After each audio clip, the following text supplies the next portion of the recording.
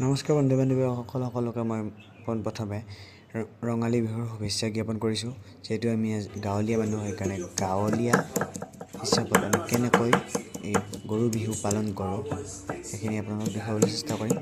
প্ৰথমতে মই আম, হালধি, মঠা, কাজলগুৰি, মাটিমাহৰ দাইল এইবিলাক পিচি লওঁ, বটি লওঁ, লৈ কেনে তাৰপিছত কি কৰে আপোনালোকে চাই থাকক। ৰাতিপুৱাই উঠি লৈছোঁ, উঠি কেনে সৰু বাবু, ডাঙৰ বাবু আৰু আমি পূৰা কামত ব্যস্ত। তো যিহেতু বহাগ বিহু আজিৰ পৰা আৰম্ভ, তো বহাগ বিহুৰ প্ৰথম দিনটো গৰু বিহু। সেইকাৰণে আমি প্ৰথম দিনাখন আমি মাহ হালধিৰে গৰুক কেনেকৈ গা ধুৱাওঁ সেইটো দেখুৱাবলৈ চেষ্টা কৰিম। চাই থাকিব। ভিডিঅ' যদি ভাল লাগে লাইক, কমেণ্ট, শ্বেয়াৰ কৰি দিব।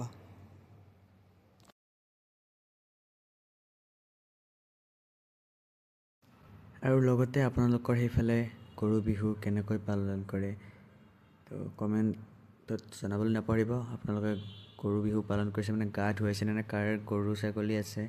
সকলোৰে নাথাকে বাৰু আগৰ নিচিনাকৈ, আজিকালি গৰু ছাগলীৰ অলপ পৰিমাণবোৰ কমি গৈছে। তো আপোনালোকে গৰু ছাগলীক গা ধুৱালে নে নাই কমেণ্টত জনাব। মই বস্তুখিনি ক্লিয়াৰ কৰি লওঁ, ৰেডি কৰি লওঁ। কাজলগুৰি এয়া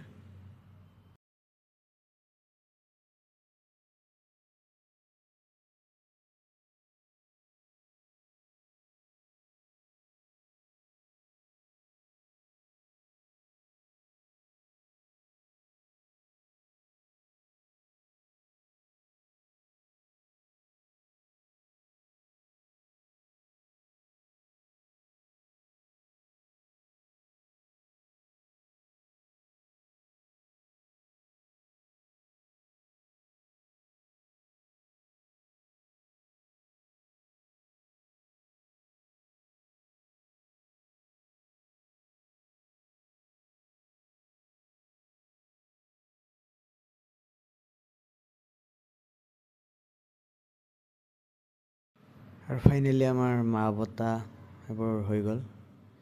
এতিয়া যাওঁ আৰু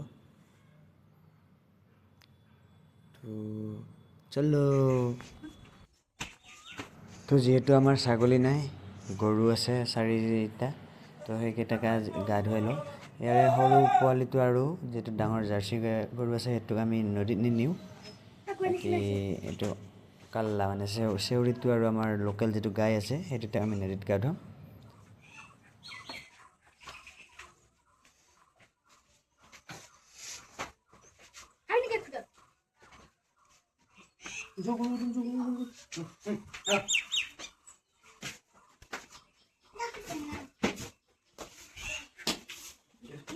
এটা লাও খা খা খা খা খাবা দিছো গৈ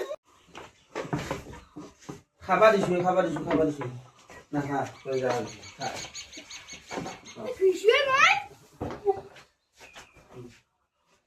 লাও খা না খা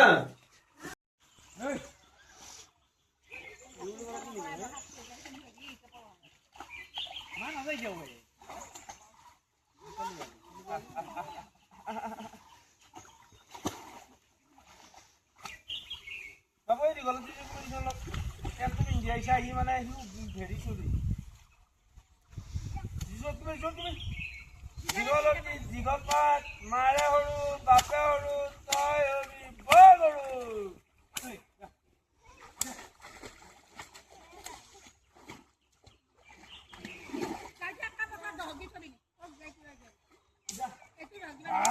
এই দেখোন একেবাৰে